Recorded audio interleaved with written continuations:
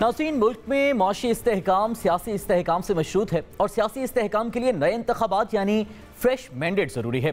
पाकिस्तान तहरीक इंसाफ का आज भी ये मुतालबा है कि वफाकी हुकूमत जल्द अज जल्द नए इंतखाबात कराए, जबकि वफाकी हुकूमत कहती है कि जो नए इंतखाबात कराने हैं वो अपने वक्त पर ही किए जाएंगे। हर गुजरते दिन के साथ मुल्की सियासी मंजरनामे पर नई खबरें नए तज्जियों को जन्म देती हैं। क्या चौधरी परवेज इलाही वज़ीर आला पंजाब एतमाद का वोट लेंगे? क्या पाकिस्तान तहरीक इंसाफ और काफ लीग के सारे अरकान असेंबली परवेज इलाही पर एतमाद का इजहार करेंगे? बलूचिस्तान में मुख्तलिफ अहम सियासी शख्सियात का पीपल्स पार्टी में शमूलियत का सिलसिला जारी है, जबकि आसिफ अली जरदारी के जनूबी पंजाब के भी सरकर्दा सियासी रहनुमाओं से मुलाकात की खबरें इस वक्त गर्म हैं। इसके साथ साथ पुराने सियासी खिलाड़ियों पर मुश्तमिल मुल्क में नई सियासी जमात की तश्कील की बातें भी इस वक्त की जा रही हैं, जबकि मरीम नवाज शरीफ को मुस्लिम लीग नवाज का सीनियर नायब सदर बना दिया गया है और इसी महीने में वो मुल्क वापस आएंगी, पार्टी की तंजीम साजी करेंगी और इंतखाबी मुहिम भी चलाएंगी। इस सारी सूरत हाल में बिजली और गैस की लोड शेडिंग से ठंडे होते चूल्हों को देखकर अवाम ये सवाल करते हैं कि मुल्क की सियासी हंडिया में क्या पक रहा है। ये एक सवाल है। प्रोग्राम पाकिस्तान के सवाल में खुशामदीद। मैं हूं सादुल हसन। आज के प्रोग्राम में इन्हीं अहम सियासी सवालों के जवाब जानने की कोशिश करेंगे। हमारे साथ मौजूद हैं सरबरा अवामी मुस्लिम लीग सीनियर सियासतदान शेख रशीद अहमद साहब। आप बहुत बहुत शुक्रिया शेख साहब हमें वक्त देने के लिए। शेख साहब, आपकी सियासी पेशगोइयाँ हमेशा हेडलाइंस की जिनत बनती रही हैं, खबरें भी उनसे निकलती रही हैं, तज्जिए भी आपकी पेशगोइयों पर होते रहे, लेकिन अब आपके सियासी मुखालफीन कहते हैं कि अब आपकी सियासी पेशगोइयाँ ठीक साबित नहीं होती। वो कहते हैं कि आपने मुख्तदर हलकों से अब आप राब्ते में नहीं हैं। आपने खुद राब्ते छोड़े हैं या आपके भी खान साहब की तरह शिकवे हैं उनसे? मेरा उनसे कोई शिकवा नहीं है, उन्होंने राब्ते छोड़े हैं और क्या कहते हैं, गुरूर हुस्न ने गुरूर इश्क हमें वो आ नहीं सकते, हम जा नहीं सकते, कोई ऐसी बात नहीं है। बाकी मैं कोई प्रॉमिस नहीं हूँ, मैं सियासी अपना तजिया पेश करता हूँ। आज कल 9 जनवरी हो जाएगी जी, 9 अप्रैल को हमसे निकाला था, इनकी उल्टी गिनती शुरू हो जाएगी। 100 से 120 दिन में शेड्यूल देना पड़ेगा। ये मैं आपके प्रोग्राम में पेशन गोई कर रहा हूँ और मैं 2 दिन से कह रहा हूँ। अच्छा शेख मीरपुर खास में शहादत हो गई आटे के लिए। जी शेख साहब, आपकी ये पेशन गोई पिछले साल सितंबर में भी थी और उस वक्त सियासी हालात बहुत ख़राब थे। माशी अदम इस्तेहकाम आज और ज़्यादा ख़राब हो चुका है। क्या वजह है कि पिछले साल इतनी बदहाली के बावजूद सितंबर तक इलेक्शन नहीं कराए गए? पिछले दौर में तो मैंने इस तरह की सूरत हाल ऐसे नहीं की। मेरा ख्याल था कि जिस वक्त हमारी गवर्नमेंट टूटी तो उस वक्त या तोड़ी गई या हमें घर भेजा गया या जो कुछ भी हुआ, तो उस वक्त ऐसा दिखाई दे रहा था कि इलेक्शन होंगे। लेकिन हुक्मरानों ने कहा कि जी हमने अपनी सियासत की कुटिया डबो दी है, हम लुट गए, हम मारे गए, हम बेनकाब हो गए, तो हमें कुछ वक्त मिले, जितना मर्जी वक्त ले लें। खुद आज अभी जब आपको इंटरव्यू देने से पहले मैं एक अखबार पढ़ रहा था, IMF की MD ने कहा, क्रिस्टीना ने, कि मैंने शहबाज को फ़ोन नहीं किया, फन गदागरी के माहिर को, फन गदागरी के माहिर को। अभी मैं इंग्लिश अखबार पढ़ के नीचे उतरा हूँ, उसने कहा कि ये इन्होंने राब्ता किया और फ़ोन किया और इस महीने 1.5 महीने में 100 दिन तो मैंने एहतियातन कहे हैं, 120 दिन। मुझे तो जनवरी फरवरी में तय होने जा रहा है कि जनाब इनको IMF क्या देने जा रहा है, जनेवा से इनको क्या मिलेगा, सऊदी अरब क्या देने जा रहा है, चीन UAE क्या देने जा रहा है। इन भीख मंगों के टोले को और खैरातियों को इन्होंने दिया गया। 77 वज़रा की वजारत है, इसी के पैसे कम कर दें कि आटे की फ्लोर मिलें कम चल जाएंगी। ये जो 28 वज़रा 78 या 77 या 76 में 28 वज़रा बेमहकमे उन्हीं को निकाल दो तो कम से कम एक सूबे की फ्लोर मिलें चल जाएंगी। और इनका डेटा बताए हजूर, आपने इस 9 महीने में तबाह कर दिया है। कोई डिफ़ॉल्ट से बचने का रोड मैप नहीं है आपके पास। और जो लोगों ने कह रहे हैं जी कि हमारे पास 10 अरब डॉलर और 6 अरब डॉलर तो लोगों के कमर्शियल बैंकों में पड़े हुए हैं, वो भी निकालना शुरू। इसहाक डार के बाद लोगों ने जाना शुरू कर दिया बैंकों में। कल मेरे पास अखबारी एक सीनियर जर्नलिस्ट आए थे जी कि ज़रा फ़ोन लगाओ एक बैंक के प्रेसिडेंट को, मेरे 3000 डॉलर हैं और 3000 डॉलर नहीं मिल रहे, मुझे 2000 तो दें, 1500 तो दें। सर जी तबाही हो गई है, तो शेख साहब तबाही और बर्बादी हो गई है। और जो अभी आपने इंट्रो में कहा कि फलाना आ रहा, एक मिनट अगर मुझे एक मिनट अगर इजाजत दें, अगर आप 1 मिनट की, अभी आपने जो इंट्रो दिया है वो सारा इस बात का दलील है कि इलेक्शन होने जा रहे हैं, क्योंकि परिंदे जो है वो उड़ान भर रहे हैं, घोंसलों से कबूतरों को दाना डालने की बात हो रही है, तंजीमी और कन्वेंशन और सारी ये बातें किस चीज़ के लिए होते हैं जी? इन गरीबों को कौन बेचारों को मुंह लगाता है? इन बेचारों को तो इलेक्शन के दिनों में ही लोग सलाम दुआ देते हैं, और ऐसे भी मेंबर हैं जो मोहल्ले में ऐलान करते हैं कि आ जाओ जी, शेख साहब आए हैं, जिसने दुआ करानी हो कर ले आगे। सर ये सारा माहौल फेल हो गया। अभी आपने कहा एक पार्टी बनाई जा रही हो, 13 पार्टियों ने जनाजा निकाल दिया, 14वीं बनेगी तो क्या करेंगी? तो शेख साहब ये जो परिंदे उड़ान भर रहे हैं, ये उन्हीं इशारों पे उड़ान भर रहे हैं जो इशारे पहले आते थे, या अब कोई नए इशारे हो रहे हैं उड़ान भरने के? बेवकूफ़ों से भरा पड़ा सारा पाकिस्तान, जिन्होंने 75 सालों में एक भी वजीर आज़म अपना वक्त पूरा नहीं कर सका। मैं उन्हीं लोगों से मुखातिब हूँ जो ये बताएं कि फलाना सियासतदान GHQ के गेट नंबर 4 की पैदावार नहीं था और फलाने सियासतदान ने 5 साल पूरे किए 75 सालों में। परिंदों को दाना पड़ रहा है, चोगा पड़ रहा है, पर तोल रहे हैं।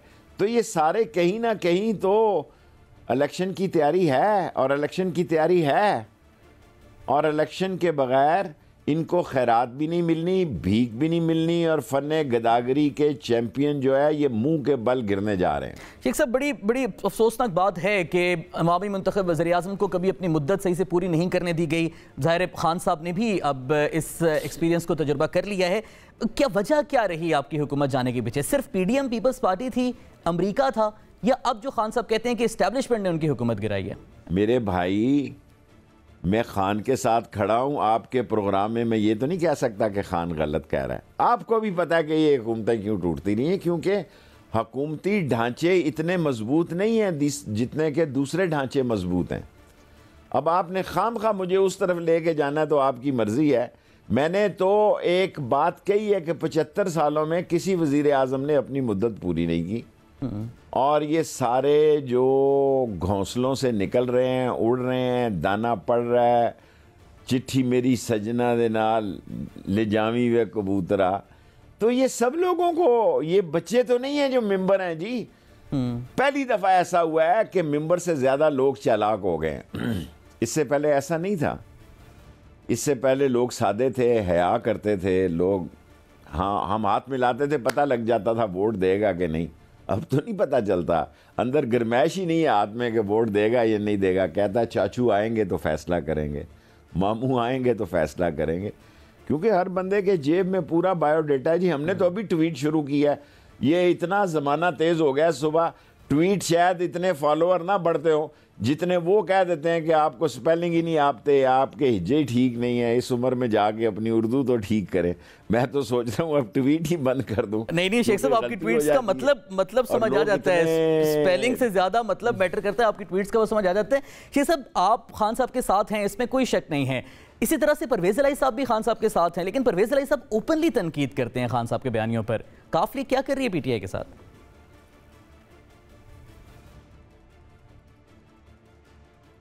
100 बातों की एक बात करूं आपके प्रोग्राम में। जी। खान असेंबली तोड़ेगा। ची करो, बी करो, चा करो, चू करो, ऊ करो, आ करो, खान असेंबली तोड़ेगा। अगर एतमाद पूरा ना ले सके अपने मेंबरों को वापस निकालेगा। और ये परसों उसने मुझे खुद कहा है, मैंने उससे ये पूछा है कि बाहर जाऊंगा, यही आपका सवाल है जो आपने मुझसे पूछा है। मैंने खान को ये कहा मैं बाहर जाऊंगा, मीडिया सारा मेरे पीछे पड़ जाएगा। हालांकि मैंने ट्विटर के ज़रिए से जान छुड़ा ली हुई है मीडिया के मैं करूं, लेकिन अब मैं खुद परेशान हो गया हूं कि 10 फॉलोअर बढ़ते हैं और 20 जो हैं वो मैसेज आ जाते हैं कि अपनी उर्दू इम्प्रूव करो शेख साहब, अपनी इस्लाह करो। सो मैंने खान को ये कहा कि मैं बाहर निकलूँगा तो लोग मुझसे ये सवाल करेंगे, तो मैं क्या जवाब दूं कि कल ये ना हो कि आप ये कहें या परवेज़ इलाही ये कहे कि मैंने कोई गलत बात की है। उसने कहा ये फाइनल है शेख रशीद, अगर अदम एतमाद अगर एतमाद का वोट न ले सके तो हमारे मेंबर असम्बलियों से नहीं निकल आएंगे। सॉरी, उसने कहा हमारे मेंबर निकल आएंगे और जो नहीं निकलेगा वो जाए जहन्नम में, मुझे उसकी कोई परवाह नहीं। अगर इमरान ने कहा एक मेंबर भी मेरे साथ इस्तीफा दे के निकलेगा, वही मेरा उम्मीदवार होगा और वही मेरा मेंबर होगा, बाकी मैं सारा ढांचा तब्दील कर दूं। शेख साहब, अभी तक जो मैं तो सियासत एक सीट की करता हूं, इसलिए ना मुझसे कोई डरता है। बिल्कुल सही कह रहे हैं। अभी तक जो तहलील नहीं की असेंबली, वो परवेज लाई साहब के मशवरे की वजह से ही नहीं की, क्योंकि वो कहते हैं कि तरक्याती काम चल रहे हैं, अभी ना करें तहलील। मेरा नहीं ख्याल, इमरान खान की कोई दिलचस्पी नहीं है कि नाला बन रहा है या सीवरेज हो रहा है। हमारी वकारुन्निसा की यूनिवर्सिटी मंजूर हुई अभी तक तो उस पर काम नहीं चला। वो प्रिंसिपल तो चाहती है मैं ही बैठी रहूं, कोई वाइस चांसलर ना आए। तो हमने तो कैबिनेट से भी पास करा लिया, सब हो गया। गुजरात की यूनिवर्सिटी हो गई है, पिंडी की वकारुन्निसा यूनिवर्सिटी की अभी तक काम नहीं शुरू हुआ, ना हमारा और मसले हैं। लेकिन आपने मुझसे खान साहब का सवाल किया है। खान साहब ने एक नहीं 3 बता मुझे कहा कि शेख रशीद मैं अपने बंदे वापस निकालूंगा। तो इससे ज्यादा मैंने किसी प्रोग्राम में ये नहीं कहा कि उसने 2-3 दफा मुझे कहा है। पंजाब में तो हो ही जाएंगे ना, अच्छा है पंजाब और सरहद में हो जाएं, आधी असम्बलियों के हो जाएं, बाकी के देखे जाएंगे, जब मर्जी ये कर लेंगे। जहाँ सूबों में हुकूमतें बनी होंगी और अक्सरियत राय से बनी होंगी तो फिर मरकज़ की सीट तो आसान हो जाएगी। शेख साहब, हुकूमत तो उनके बयानात से ये लग रहा है कि वो ये चाह रहे हैं या उनकी चाल ये होनी चाहिए उनके मुताबिक कि आइंदा इंतखाबात में खान साहब इंतखाबी मंजरनामे पर ना हो, नाहिल कराया जा सकता है, इंतखाबात से दूर रखा जा सकता है। ऐसा कोई खदशा खान साहब को भी है? 110% है। अब आप असल सवालों की तरफ आ रहे हैं। उसको पता है कि मुझे नाअहल करार दे देंगे ये, उसको पता है कि ये मुझे ख़त्म करना चाहते थे। और मैंने उसको कहा कि ये अफवाहें हैं पिंडी इस्लामाबाद में कि आपको स्लो पॉइजनिंग जहर दिया जाए। उसने कहा हाँ मुझे शक है, ऐसा हो सकता है, मुझ पर एक और हमला भी हो सकता है।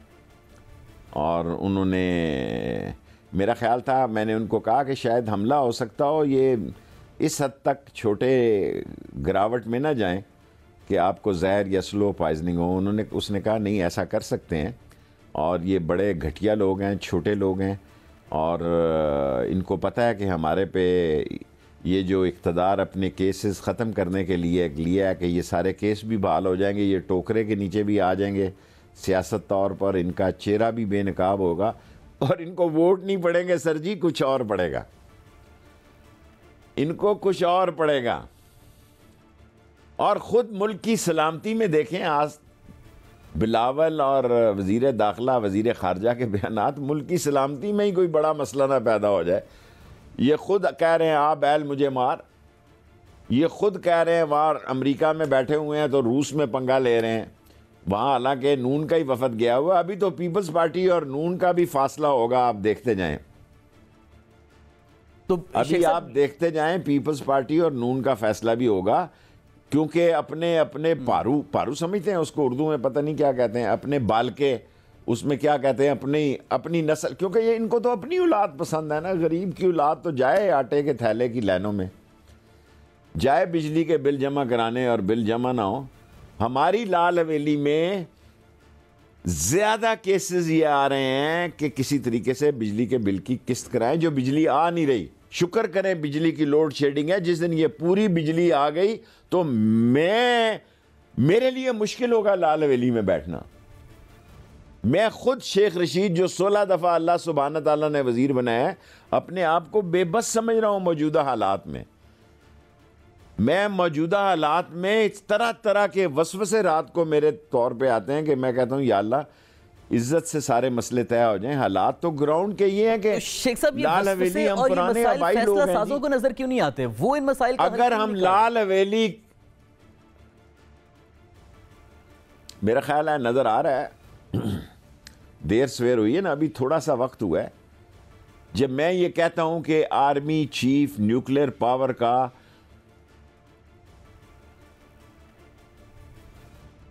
कराची में नेवल हेडक्वार्टर में ये कहता है कि पाकिस्तान नाजुक तरीन मोड़ पे पहुंच गया है। यही नहीं, कौमी सलामती जिसमें मैं काफ़ी दफ़ा बैठा हूं अल्लाह के हुक्म से, उसमें उन्होंने कहा कि माशी इस्तेहकाम ही कौमी सलामती का ज़ामन है और मफाद आमा आवाम के लिए मफाद आमा के काम किए जाएं। कल मीरपुर ख़ास में शुरू हो गई है बिस्मिल्लाह। इनकी ठुकाई होनी है। इमरान खान तो कह रहा ना महंगाई मार्च होगा, इनका ठुकाई मार्च होगा। और ये अगर इन्होंने इलेक्शन की तरफ ना गए तो मार्च अप्रैल इनकी ठुकाई हो जानी है। मैं 100 दिन इसलिए कह रहा हूँ कि 100-120 दिन में इलेक्शन का शेड्यूल आ जाना चाहिए, वरना यहाँ कुछ और आएगा, रहेगा नाम अल्लाह का, अल्लाह का। शेख साहब, अगर ये मसाइल आप कह रहे हैं कि नजर आना शुरू हो गए हैं, खुदा, तो फिर मोना सलाई ने ये क्यों कहा है कि पंजाब में अभी भी एस्टैब्लिशमेंट किरदार अदा कर रही है और दबाव डाल रही है कि पीडीएम का साथ दे रखी नहीं असेंबली, परवेज इलाही साहब का, खान साहब का साथ ना दें? मुझे नहीं पता, मैं बच्चों की सियासत में नहीं उलझता। मोना सलाई जाने तो, मैं पंजाब की सियासत ही नहीं करता। आपको इमरान खान का जवाब देता हूँ। देखें, मेरे चौधरी परवेज और शुजात से बड़े अच्छे तल्लुकात हैं, शुजात से बहुत ही अच्छे होंगे। सो मैं नहीं इस खान साहब खुद मोना सलाई साहब की सियासी सोच के मुतरफ हैं, उन्हीं की वजह से ही उनके वालिद ने इत्तेहाद किया खान साहब के साथ। मैंने इमरान खान को बात बता दी है। इमरान खान एक मिनट भी अपने मेंबरों को इस पंजाब असम्बली में और केपी के असम्बली में नहीं छोड़ेगा। बाकी मेंबर जाने और उसका काम जाने। मैं पीटीआई का हिस्सा नहीं हूँ, इमरान खान का हिस्सा हूँ। उसका आपने नस्लियों और असलियों और उसके साथ जब तक वो लड़ाई लड़ रहा है खड़ा हूँ। असम्बलियों में मेंबर क्या करते हैं और वज़ीर जिनको मरात मिली हुई हैं वो या क्या करते हैं, मेरा किसी से रब्ता भी नहीं और सलाम दुआ भी नहीं। कभी मैंने ज़िंदगी में फ़ोन भी नहीं किया। तो एक दफ़ा गया हूँ सदर साहब से 5 सालों में मिलने के लिए, एक दफ़ा गया हूँ। परवेज इलाही साहब से भी अच्छा ताल्लुक रहा है, चल भी रही है, शुजात साहब से भी है। उन्होंने कहा नहीं, कोई नहीं चल। तो परवेज इलाही साहब तो इस खदशे का इजहार कर रहे हैं कि अगर असेंबली तहलील कर देते हैं और हुकूमत नहीं होती इनकी, तो इससे तो ज्यादा मुश्किलात होंगे खान साहब को पंजाब में। आप मुत्तफिक नहीं है इस बात से? देखिए, मैं आपको इमरान खान की सोच बता सकता हूँ, मैं उसके साथ हूँ। उसने एक, जिस तरह परवेज इलाही ने कहा था ना कि जिस दिन इमरान खान कहेगा ना आधा मिनट नहीं लाऊंगा, असेंबली तोड़ दूंगा, ये मैंने नहीं कहा ना, परवेज इलाही ने कहा। मैंने तो नहीं उसको कहा कि ये कहा कि इमरान खान जिस दिन कहेगा आधा मिनट नहीं लगाऊंगा। वाकई इमरान खान अपने बंदे बाहर निकलवाने के लिए आधा मिनट नहीं लगाएगा, आधा मिनट नहीं लगाएगा। अपने बंदर को कहेगा कि जो उन्होंने मेरे साथ चलना है। देखें सर जी, हमारा तो है एक सीट की कलम दुआत की सियासत, न किसी को तंग करते हैं न कोई हमें तंग करता है। अभी आपने कहा पिंडी, अल्लाह पिंडी वालों का भला करे, हमसे तो कोई नहीं उलझा ना, हमने उनके खिलाफ बात किया है। एंकर चाहते ही ये हैं कि एस्टेब्लिशमेंट के बारे में बात करो, फौज के बारे में बात करो, अदलिया के बारे में बात। हम कहते हैं यार ये देखो हाथ, हमसे सियासत पे बात करो। 13 जमातें हैं, चोर हैं, डाकू हैं, लुटेरे हैं, बेईमान हैं, मनी लॉन्ड्रर हैं, अपने केस ख़त्म करवाने वाले हैं और फ़न गुदागरी के माहिर हैं। इन पे बात करो। एक इदारे पे शेख रशीद ने बात ना की तो आप कर लेना, मैं तो किसी को नहीं रोकता, मैंने तो किसी को नहीं रोका, जो मर्जी जो बात करे, सिर्फ मैं अपनी बात का जिम्मेदार हूँ। मेरी सियासत छोटी है, मैं छोटा सियासी वर्कर हूँ। से तो नहीं उलझे वो, इसमें आपकी ज़ाहिर सियासी हिकमत भी होगी। खान साहब को आपने ना उलझने का मशवरा नहीं दिया? ख्वाहिश तो मेरी है, अगर आप मेरी दिल की बात सुने तो मैं चाहता हूं कि खान के एस्टेब्लिशमेंट से तल्लुकात अच्छे हों। अगर ना हो तो मैं क्या कर सकता। नहीं तो नई एस्टेब्लिशमेंट से कोई ताल्लुकात अच्छे रखने की कोशिश हो रही है? आपका हल्का देखें जी, आपका हल्का इंतखाब अभी तो मेरा ख्याल है दोनों तरफ से कोई राब्ते नहीं है। परसों तक तो नहीं थे मेरी, लेकिन राब्ते होते भी कोई देर नहीं लगती। अभी तक तो नहीं है। ये ना हो कि आप इस तरह चला दें कि राब्ते होते ही देर नहीं लगती। कल परसों जब मैं मिला हूँ उस वक्त तो मैंने खान से पूछा है, उन्होंने कहा नहीं, किसी ने राब्ता नहीं किया। मेरी ख्वाहिश है कि ये लोग राब्ता करें इमरान खान से। तो शेख साहब, खान साहब की ख्वाहिश है? मेरी ख्वाहिश है सर जी, मैं अपना लफ्ज़, मैं अपना अर्ज कर रहा हूं आपको। नहीं, आपकी तो ख्वाहिश है। आपसे मुलाकात में खान साहब ने इस ख्वाहिश का इजहार किया? तक नहीं, मैंने उनको ये कहा कि मेरी ये ख्वाहिश। तो उन्होंने आपसे ये नहीं कहा कि आप पेशरफ्त करें? मेरी तरफ से ना उनकी तरफ से। नहीं, जब मेरे साथ जब ये लड़ाई झगड़ा शुरू हुआ तो उन्होंने मुझे कहा, मैंने उनको कहा कि ये हालात हैं।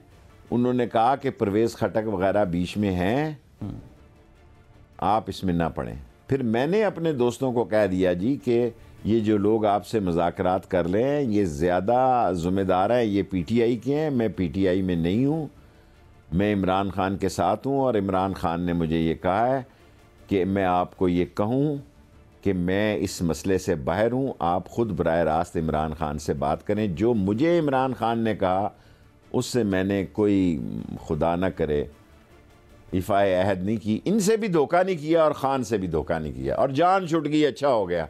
जो मुज़ाकरात कर रहे थे वो भी ठुस हो गए, उसका भी कोई नतीजा नहीं निकला। और 9 अप्रैल को, कल 9 जनवरी आ जाएगी, अपने अपने घर सुधा गए। तो शेख साहब, सारी सियासी दुल्हन के तौर पे अपने घर को सुधा गई। क्या आप ये समझते हैं कि ये जो मुज़ाकरात कर रहे थे ये नेक नियति के साथ मुज़ाकरात कर रहे थे? क्योंकि खान साहब की अपनी जमात के लोग भी इन्हीं दोस्तों पर जिनका जिक्र आप कर रहे हैं, इनकी नीयत पे सवालात उठाते रहे हैं। आपको भरोसा था इन पे? देखिए, मैं किसी के भरोसे पे, परवेज़ खटक भी मेरे साथ कॉलेज में रहा, गॉर्डन कॉलेज में, और दूसरे लोग, सर जी मेरा हक नहीं बनता मैं उनकी पार्टी के किसी, मैंने आपसे कहा एक बंदे के अलावा मेरी किसी से सलाम दुआ नहीं है। ये मैं अभी आपके इंटरव्यू में कह चुका हूँ। एक बंदे इमरान खान के अलावा ना मेरी किसी से दोस्ती है, ना एज ए कैबिनेट मैं किसी के साथ दोस्त था, ना ही उनको ये शायद इतना पसंद हो कि मैं वज़ीर दाखिला बनूँ, और ना ही मैं चाहता था, ना मेरी ख्वाहिश थी। मैं रेलवे में खुश था, बंदे शंदे भर्ती कर रहा था कि जब उसने बना दिया तो मैंने कहा ठीक है। मैंने नहीं कहा। शेख साहब तवक्कुफ कीजिएगा, हमें यहाँ पर ब्रेक पर जाना है, ब्रेक से वापस आएंगे और आपसे गुफ्तगू के सिलसिले को आगे बढ़ाएंगे।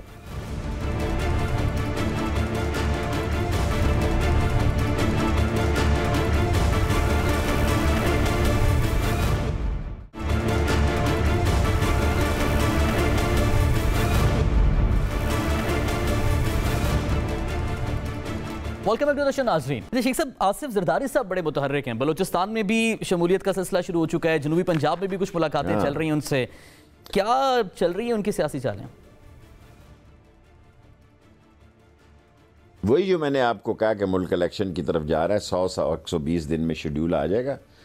और पंजाबी में एक मुनव्वर ज़रीफ़ की बड़ी मशहूर कहावत थी, जब मैं छोटा होता देखता था तो फिल्म में कहता कि मैनू कुछ आखो, मैनू आखे लगन का शौक है। सो इनको शौक है कि इनको कोई कहे, और ये मेंबर जो हैं जो पार्टी बदलते हुए इद्दत के दिन पूरे नहीं करते। देखें, हमने तो अपनी छोटी सी दुकान टक शाप अलग ही लगा रखी है, ना कोई गिला, ना शिकवा, ना शिकायत, ना आरज़ू, ना ख्वाहिश, ना जुस्तजू, ना लगन, ना तड़प। हमने तो एक छोटी सी टक शाप इसीलिए लगा रखी है कि अपनी बात कहने में आज़ादी है, जब कहें समझेंगे कि नहीं है बात आज़ादी, अपनी टक शाप बंद कर देंगे जी। तो जरदारी साहब इस टक शॉप से नहीं गुजरे अभी? हमने कुछ सियासत का सुपर स्टोर नहीं रखा हुआ। नहीं नहीं नहीं नहीं, नहीं, नहीं। देखें, उसका सारा लाइफस्टाइल मेरे सामने है, कैसे उसने बम्बिनो से, किस तरह बम्बिनो ग्रुप पे आया, छाया, और किस तरह एक प्लानिंग के तहत एक ख़ानदान का दामाद बना, और किस तरह अपनी सियासत को उसने आगे बढ़ाया। कोई ना उसकी सियासी सोच थी, ना वो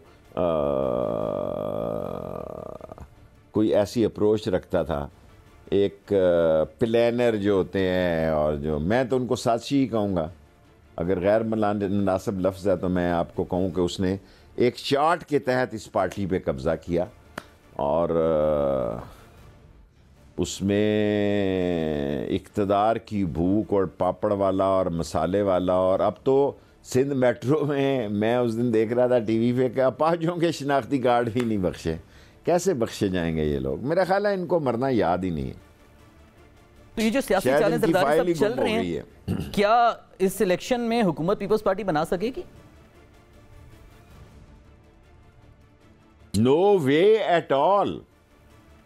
ई ख्याल अस्तो महाल अस्तो जनू, सोचे भी ना कभी ऐसा हो सकता है। थोड़ा थोड़ा हिस्सा दे देंगे किसी, मेरे महल्ले में लाल वैली के पीछे एक अकबर भाई होते थे, करियाने की दुकान थी, तो जब सौदा ले लेता थोड़ा सा गुड़ का झुंगा भी दे देता था, तो मैं उसे कहता था बड़ी डली दिया करो, उसने कहा यार छोटी छोटी डलियां ठीक होती हैं शेख रशीद। सो ये छोटी छोटी डलियां इनको मिलती रहेंगी कि अपना इनका भरम रहे, चरम चरा रहे, और ये बताएं कि जनाब ये भी हैं अरस्तु ज़माना। एक तो अरस्तु मईशत का है जिसने 9 महीने तबाह कर दिया, ना कोई उनके पास रोड मैप है, ना उनके पास कोई बचत है, और कह रहे हैं 2-3 दिन में सऊदी अरब से पैसे आ जाएंगे। अल्लाह करे उनके मुंह में गुड़ और शक्कर आ ही जाएं, हमारी बात गलत निकले तो अल्लाह हमें गलत करार दे दे हमारी बात को। और इस अरस्तु को जिसने अपने सारे एसेट्स तो रिलीज करा लिए और गरीब को डिफॉल्ट कर दिया है, उसी की बात सच हो जाए जी, हम झूठे पड़ जाएं, मुल्क का तो फायदा हो। अल्लाह करे मुल्क का फायदा हो। मरियम नवाज साहब सीनियर नायब सदर बन गई हैं, पार्टी करेंगे लोग करेंगी, वापस भी आ रही हैं। क्या मुस्लिम लीग में नवाज ग्रुप बरतर हो चुका है फाइनली? क्योंकि आप कहते हैं ना 2 धड़े हैं मुस्लिम लीग में भी। मैं 2 साल से ये राय रखता हूँ, आज भी मेरी ये राय है, क्योंकि बाज़ चीज़ों के सबूत नहीं होते, घर के अंदर शदीद लड़ाई है। इस पर मैं ज़्यादा तबसरा नहीं करना चाहता, क्योंकि मैं खातून पे कोई ज़्यादा बात नहीं करना चाहता। ये मैं अभी तक अपनी बात पर कायम हूँ कि ये नून और शीन है। उसके नताइज क्या निकलते हैं ये आने वाला वक्त बताएगा। आपकी सियासी पेशगोई में नवाज शरीफ साहब कब वापस आ रहे हैं?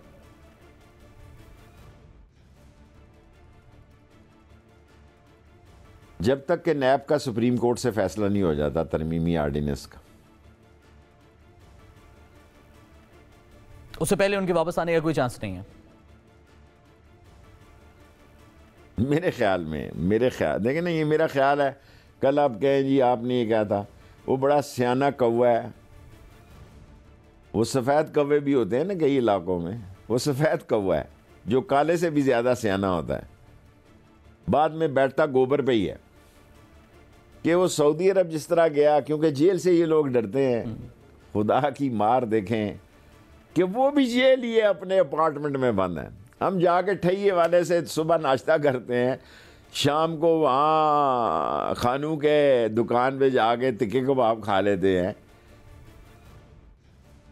नहीं शेख साहब, ये तो चाय पी लेते हैं, ये तो क्रेडिट लेते हैं कि हमें सियासी इंतकाम का निशाना बनाया गया, हमने जेलें काटी हैं, अपने खानदान के अपने करीबी अजीजों को अस्पताल में छोड़ के हम पाकिस्तान वापस आए और हमने जेलें काटी। वो तो क्रेडिट ले रहे हैं जेलों का।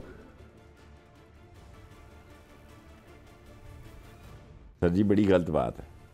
मर गई वो क़यादतें जेल काटने वाली, बादशाह खान, वली खान, बुगटी, ये छोटे से हकीर से किसी की जूती की खाक के बराबर नहीं। 7-7 साल कलाशनकोफों में काट दिए।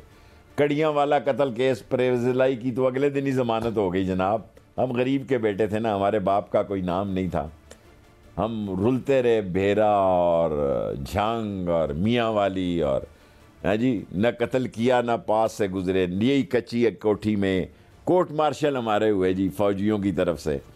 या खान के कोर्ट मार्शल में अंदर हो गए, साल और 10 कोड़े, और ख़त्म नबूवत की 2 मरतबा 1-1 साल कैद हो गई। हमने क्या किया था? हमारा एक ही जुर्म था, 2 जुर्म थे। एक, उस वक्त इलेक्ट्रॉनिक मीडिया नहीं था, हमारी खबर नहीं छप सकती थी। 7 साल कैद हुई, सारे अखबार उठा के देख लें, 4 लाइनें लगी जी कि दहशतगर्दी की अदालत ने शेख रशीद वल्द शेख अहमद मरहूम को, माँ मेरी उसी दिन मरी, तो 1 दिन पहले 7 साल कैद हो गई। आज हमारी गाड़ी का व्हील कप चोरी हो जाए तो आप खबर दे देंगे कि जनाब अली जीटी रोड पर उनका व्हील कप गिर गया। वो हम खुद गड्ढे में गिर गए, 7 साल कैद काटी उधर जाके भावलपुर में। कोई खबर ही नहीं थी, आस और लास ही नहीं थी, कोई पूछता ही नहीं था। जब जमानतें होती थी बाहर, जमानत देने वाला कोई नहीं होता था क्योंकि कैमरे नहीं थे। जहांगीर तरीन अलीम खान चौधरी सरवर के सामने रख के एक नई सियासी जमात तश्कील दी जा रही है, इस तरह की खबरें हैं। कुछ सीट एडजस्टमेंट की बातें मरकज़ में भी, पंजाब में भी। क्या मुस्तकबिल होगा इस सियासी जमात का? मैं नहीं देख रहा, सियाने लोग हैं ये इंजन नहीं बन सकते कभी। मेरा राब्ता नहीं है। देखें कल वो मुझसे वैसे ही बयान दे दें मेरे इस बयान के जवाब में कि भी शेख रशीद ने गलत कहा है, हम पार्टी बनाने जा रहे हैं। इनमें इतना दमखम नहीं है। देखें ये बहुत साल साल से मेरी इनकी सलाम दुआ नहीं है। ये समझदार लोग हैं, ये कॉलोनियाँ बना रहे हैं, ये कंस्ट्रक्शन में है, ये शुगर में है। पाकिस्तान की कोई कैबिनेट ऐसी नहीं होती जिसमें शुगर माफिया ना हो, खा वो इमरान खान की कैबिनेट क्यों ना हो। मैं एक बड़ी सख्त बात कह रहा हूँ कि मैंने अपनी 60 साल की सियासत में कोई कैबिनेट ऐसी नहीं देखी जिसके अंदर चीनी माफिया की आवाज़ ना हो। ईसीसी की मीटिंग में ले आते हैं शुगर मिलों के, ये तो शेख रशीद के बंदे होते, कहते हैं दफा हो, बाहर जाओ। और फिर वो बीजिंग में मुझे धमकी देते हैं कि हम देखेंगे कैसे आएंगे, जैसे नवाज शरीफ ने कहा था कि ये कैसे आएगा। जब अल्लाह लाना चाहता हो तो कोई रुकावट नहीं रास्ते में पैदा होती। जब अल्लाह ना लाना चाहता हो तो सारी फरमाइशों के बावजूद बंदा रुकावटों से गुजरता है। और क्या हाल है नवाज शरीफ का जी, ये वो बादशाहत कर रहा है लंदन में, इस तरह जलील ख्वार होने के लिए वहाँ फ्लैट में कैद है। आप यकीन करें यहाँ बेहतर टाइम पे रोटी मिलती है इस जेल में। जिसको नहीं यकीन वो जाके देख ले। दाल को तड़का भी देसी घी का आप लगा सकते हैं, मशक्ती भी मिलता है आपको। लेकिन शेख साहब, जहांगीर तरीन साहब के बारे में आप सारे कह रहे हैं कि घर से लेके बात इंजन नहीं बन सकते, लेकिन तनकीद तो और कहने वाले तो ये कहते हैं कि पाकिस्तान तहरीक इंसाफ में जो ज़्यादा अरकान को शामिल किया था वो जहांगीर तरीन साहब ने किया था। उन्हीं की वजह से बहुत सारे लोग शामिल हुए और फिर हुकूमत बनी, तो वो अब फिर अलग जमात क्यों नहीं बना सकते?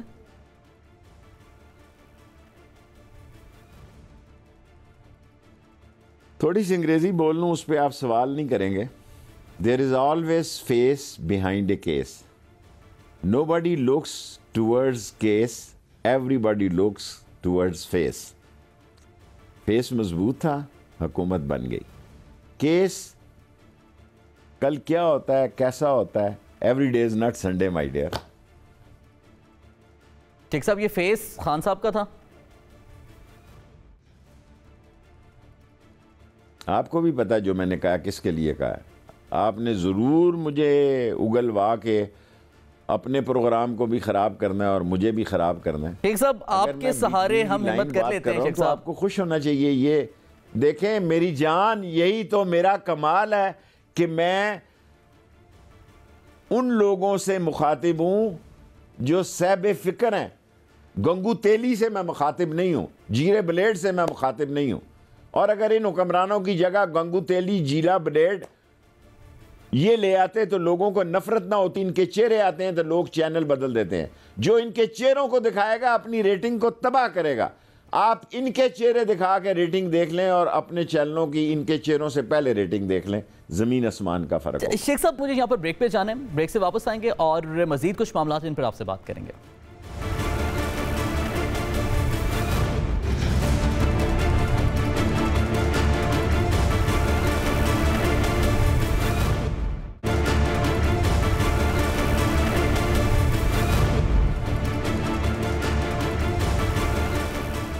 Welcome back to the show नाज़रीन। शेख साहब, कराची में एमक्यूएम को दोबारा इकट्ठा करने की कोशिशें हो रही हैं, बातें भी हो रही हैं। क्या गलतियों से सबक नहीं सीख रहे माजी से हम? मेरा ख्याल है अभी फाइनल नहीं हुआ कुछ, अभी अंडर प्रोसेस है। लेकिन कोई ना कोई बातचीत चल रही है, ये कि कंसिडरेशन में है इस तरह का कोई फॉर्मूला?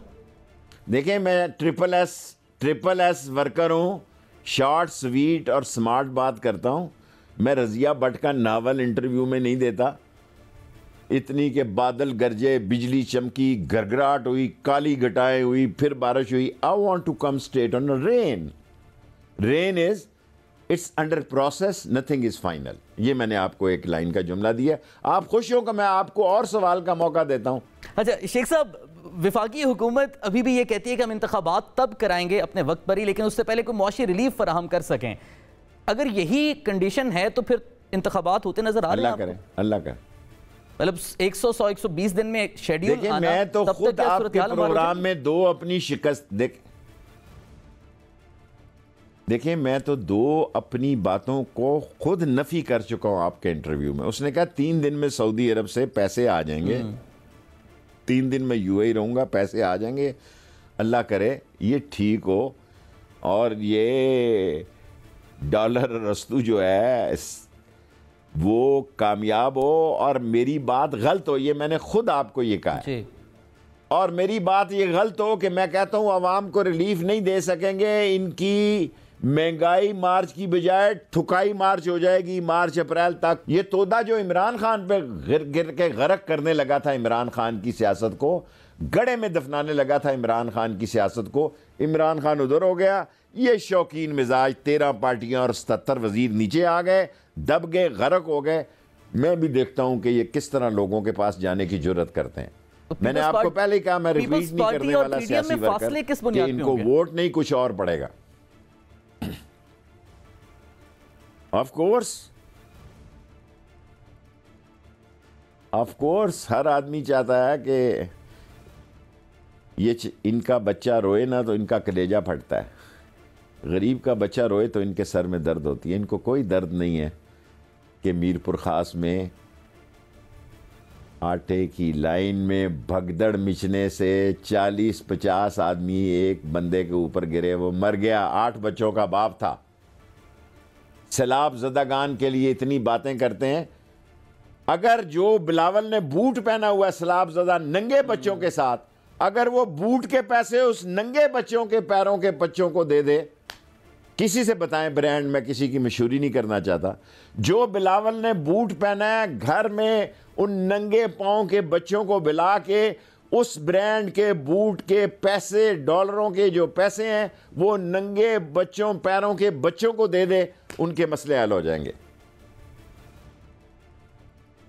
एक साहब, मीरपुर में बहुत अफसोसनाक वाक़या रुनुमा हुआ, आटे की लाइन में लग के जो बंदे की डेथ हुई, आपने भी उसका जिक्र किया। सबके दिलों पर, हम सब लोगों के दिलों पर बोझ है, लेकिन अवाम के नसीब में मरना क्यों लिखा हुआ है शेख साहब? मेरे शहर के कब्रिस्तानों में बड़े अजीम लोगों ने बैनर लिखकर लगाए हैं कि अगर आप कब्र के पैसे और तजहीज़ और तकफीन नहीं कर सकते तो इस मोबाइल नंबर पर फ़ोन करें। तो मैंने गोरकुन से पूछा तो क्या हाल है? उसने कहा शेख साहब पटड़ी इतनी महंगी है। एक उसने इतनी बात कही, बड़ी मैं नहीं कहना चाहता, उसने कहा कफन के साइज़ को भी ज़रा देखा जाए। ये मैं गोरकुन की बात कर रहा हूँ, मैं उलमा के बारे में कोई। उसने कहा जी 25,000 रुपये में 19,000 से लेके 9,000 से बच्चे की कब्र है, 19,000 तक कब्र है। अब हमारे यहाँ कौन सरकारी मुलाजम 14 ग्रेड से नीचे अपने वालदैन का 10वां कराएगा, 7वां कराएगा, 40वां कराएगा?